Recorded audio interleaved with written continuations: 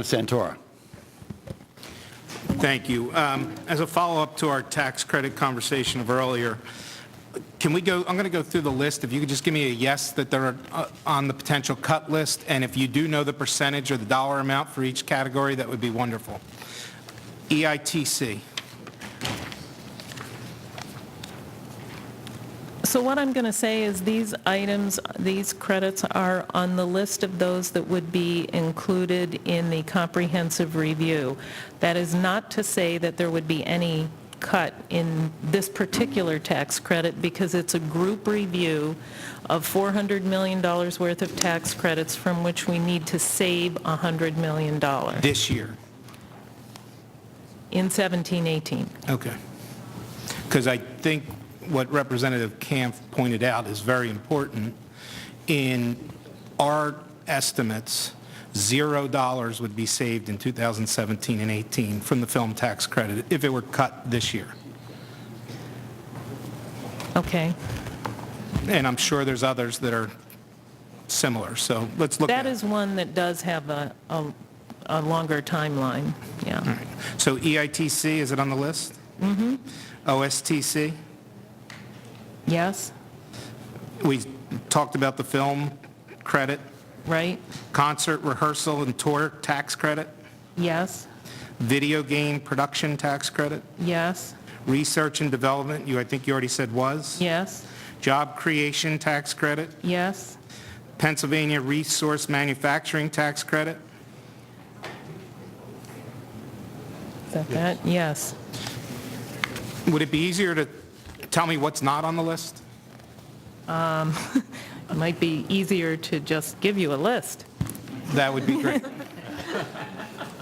Let's focus on EITC for a minute. So I can only go on what I know. And blocks in the Philadelphia area, their average scholarship is $1,800 to a student attending a non-public school. In Block's case, the majority of them are attending a parochial or private Catholic school. If we just went with a straight, because EITC and OSTC are 25% of the overall tax credits, and we know that the biggest impact could come from those two in 2017-18, because those dollars are used in that budget year. 23,888 families could potentially be affected by that cut at $43 million. At $43 million, if those students could not afford to attend and I'm going on the far end here, that if those students couldn't attend a non-public school and had to go to a public school, that could cost on an average, and I'm using a low average, I'm being conservative, of $14,000 a student, $334 million to the taxpayers of Pennsylvania from the local level to the state level, of which, and I'm averaging it because I'm saying $4,000 per student is spent in a lot of the districts where these tax credits are used, would be $95 million to the state.